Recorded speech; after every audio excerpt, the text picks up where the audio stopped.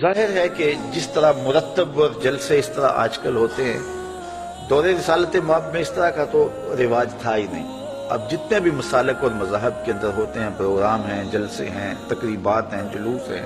تو اس طرح کا سٹائل اس دور میں تو یقیناً تھا نہیں۔ مرور زمانہ کے ساتھ جو ہے یہ چیزیں آ گئی، لیکن روح اگر وہی ہے تو اختلاف نہیں ہے۔ باقی اس عنوان سے بیٹھے ہوں، بات کی ہو، تو یہ صحیح احادیث سے ثابت ہے۔ حضرت امیر معاویہ رضی اللہ تعالیٰ عنہ کی مرویات سے ہے کہ حضور علیہ السلام مسجد نبوی میں تشریف لائے تو صحابہ بیٹھے ہوئے تھے، تو بیٹھ کر کے وہ ان کا باہمی کسی عنوان سے گفتگو کا، جلسے کا سٹائل تھا، بلکہ حدیث کے لفظ ہیں کہ حضور آئے تو فرمایا ما اجلسکم، تم کیوں بیٹھے ہوئے ہو، تمہارے اس جلوس کا، بیٹھنے کا، جلسے کا کیا مقصد ہے؟ تو صحابہ نے جو جواب دیا وہ سننے کے قابل ہے۔ انہوں نے کہا جلسنا نذکر اللہ و نحمدہ علی ما ہدانا للاسلام و من علینا بک، حضور ہمارے بیٹھنے کا مقصد یہ ہے کہ ہم اللہ کی حمد بول رہے ہیں، اس کی ثنا کر رہے ہیں، اس کا شکریہ ادا کر رہے ہیں اس بات پر کہ اس نے ہمیں ہدایت اسلام دی اور آپ کی صورت میں ہمارے اوپر کرم فرمایا،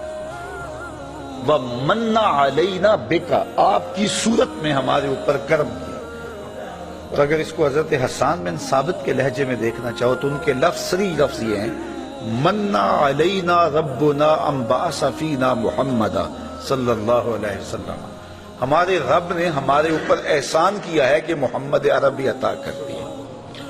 اور اگر اس کا اردو میں منظوم ترجمہ چاہو تو یہی ترجمہ ہوگا فضل رب العلا اور کیا چاہیے، مل گئے مصطفیٰ اور کیا چاہیے،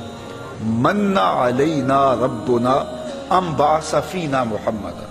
تو انہوں نے کہا کہ ہم اس پر اللہ کا شکریہ ادا کر رہے ہیں کہ اللہ نے آپ کی صورت میں ہمارے اوپر احسان کیا۔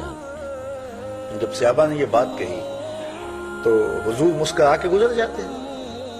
کہتے کہ اچھا کام ہے، اور اگر اچھا نہیں تھا تو روک دیتے، لیکن حضور فرمایا کیا صحابہ تم اس بات پہ قسم اٹھا سکتے ہو کہ اسی لیے بیٹھے ہو؟ تو صحابہ کو حیرت تو ہوئی ہوگی کہ اس بات پر قسم لینے کا کیا مقصد ہے، لیکن حضور نے کہا تو انہوں نے برجستہ عرض کی حضور ہم اللہ کی قسم اٹھا کے کہتے ہیں اسی لیے بیٹھے ہو۔ حضور نے باقاعدہ حدیث میں آتا ہے، مسلم کی روایت ہے، سنن نسائی میں ہے، باقی کتب حدیث میں، حضور علیہ السلام نے ان سے قسم مانگی، مجھے قسم دو کہ تم اسی لیے بیٹھے ہوئے ہو۔ تو صحابہ نے عرض کی حضور ہم اللہ کی قسم اٹھا کے کہتے ہیں ہم اسی لیے بیٹھے ہیں۔ تو حضور نے قسم مانگی ان سے، اور انہوں نے سب نے باقاعدہ قسم دی، ہم اللہ کی قسم اٹھاتے ہیں، ہم اسی لیے بیٹھے ہیں کہ آپ کی صورت میں اللہ نے جو ہمارے اوپر انعام کیا ہے اس پر اللہ کا شکر ادا کر رہے ہیں۔ تو جب صحابہ سے باقاعدہ حضور نے قسم لے لی اور انہوں نے قسم دے دی تو حضور علیہ السلام نے فرمایا صحابہ میں تم سے جو قسم لی ہے وہ کسی تہمت کی بنیاد پر نہیں لی، کوئی شک نہیں تھا تمہارے قول کی صداقت پر کہ میں نے قسم سے تصدیق چاہی ہو، بلکہ ماجرا کچھ اور تھا، اور وہ کیا تھا کہ میں حجرے میں تھا، اتانی جبریل علیہ السلام، میرے پاس حضرت جبریل امین آئے، تم باہر بیٹھ کے مجلس کر رہے تھے اور میں حجرے میں بیٹھا ہوا تھا، اتانی جبریل علیہ السلام،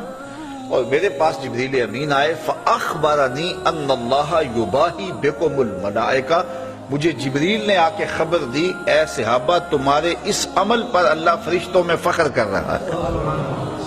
تمہارے اس عمل پر، فاخبرنی ان اللہ یباہی بکم الملائکہ، تمہارے اس عمل پر اللہ فرشتوں میں ناز کر رہا ہے، فرشتوں میں فخر کر رہا ہے کہ میں نے ان کو ایک نعمت دی تھی، کتنے قدردان ہیں کہ اب بھی بیٹھ کے اس کا شکریہ ادا کر رہے ہیں۔ اللہ اکبر۔ تو مجھے بتائیے آج اگر میں اور آپ بیٹھ جائیں اور جمع ہو جائیں، چلو بیٹھنے کی جگہ پر چراغاں بھی کر لیں، نیچے اچھی چٹائیاں بھی بچھا لیں، اب اتنی آوازیں نہیں ہیں کہ زور سے بول کر آخری شخص تک آواز پہنچائی جائے، چلو سہولت کے لیے لاؤڈ سپیکر بھی لگا لیں، کوئی دور و نزدیک سے لوگ آئے ہیں ان کے لیے کوئی کھانے کا، شیرینی کا انتظام بھی کر لیں، تو اس میں کیا قباحت ہوگی؟ یہ کیا بالکل اسی مجلس کا تسلسل دکھائی نہیں دیتا؟ ہاں اگر ضد ہے تو اس پر بڑی باتیں کی جا سکتی ہیں اور کی بھی جاتی ہیں، لیکن اگر ضد نہیں ہے، انصاف کی نظر سے دیکھا جائے تو اگر اسی عنوان سے میں بیٹھ جاؤں اور آپ بیٹھ جائیں